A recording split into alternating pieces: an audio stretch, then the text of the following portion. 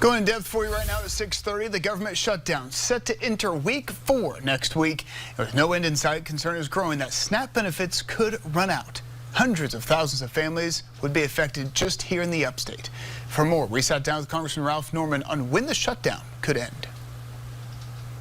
Well, Congressman, thank you so much for taking some time with us. Focusing on the shutdown right now, we are now in week 3. We talked not too long ago. You expect this to be the longest ever. Do you still anticipate that happening, that this will continue on for several more days, if not several more weeks? You know, I think you're right. I think we're definitely not going back next week. That's when the SNAP benefits run out. On the WIC program, I just heard that the president has found money for a partial payment on the women and infants and children. But yeah, it's going to hit next week. I think the constituents for the Democrats are going to be calling and to say that we need to go back and they need to pass it out of the Senate. Until they do that, and there's no way we can go back to Washington, and no way anything can be done. So we'll see how it works out. You mentioned WIC and the SNAP benefits. There's real concern here in the upstate. We've been speaking with state representatives, also food pantry workers, local churches.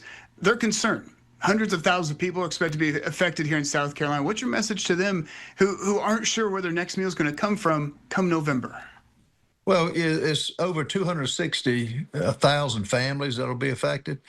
I'm glad the president found the money for the pregnant women and children, but the SNAP programs do go to needy families as supplemental assistance.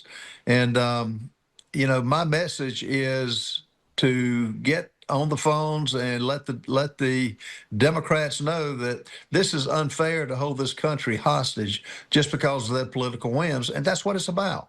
There's nothing else to say other than they are listening to the left-wing base of their party, and Chuck Schumer is, along with Kathleen Clark, the second most powerful member of the House, say that this is leverage. Well, the leverage is hurting the American people. You mentioned those comments, them saying that this is part of their leverage in it, but at the same time, they're asking for those subsidies to be extended when it comes to the health care. Is there a possibility where Republicans finally come to the table and meet them in the middle to able to work out a deal? Well, what they're asking for, though, is $1.5 trillion of new spending. And it's money we don't have. We passed the continuing resolution. And if they really are serious and don't want to further harm their constituency, come back to Washington, sign the CR, and then go to work. Then they can advocate for their programs. But the bottom line is, this is new spending. This isn't something that this is new. And it's money we don't have, and it's money that we clawed back in the reconciliation bill. So there is no compromise with them. The compromise is do what's right and do what they've done 13 times under Joe Biden, and stop making this a partisan issue against President Donald Trump. I think lastly here, when we see how long this could last, you mentioned the president able to find some funding for WIC, but moving forward, we don't even know if military members will be paid again, is because that came from funding meant for something else as well. So what is the end game here? When could we finally have some relief if these families really start hurting? Well, they're hurting now, and they're going to hurt more next week.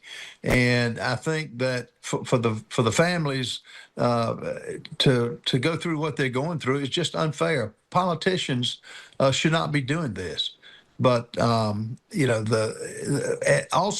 this country is in a terrible financial crisis, and all the Democrats have to do is say enough is enough, defy their party, defy Chuck Schumer, who, as has been said, he's worried about a primary, he's worried about his own political skin, and that's not fair. All right, Congressman, thank you so much for your time as always. My pleasure.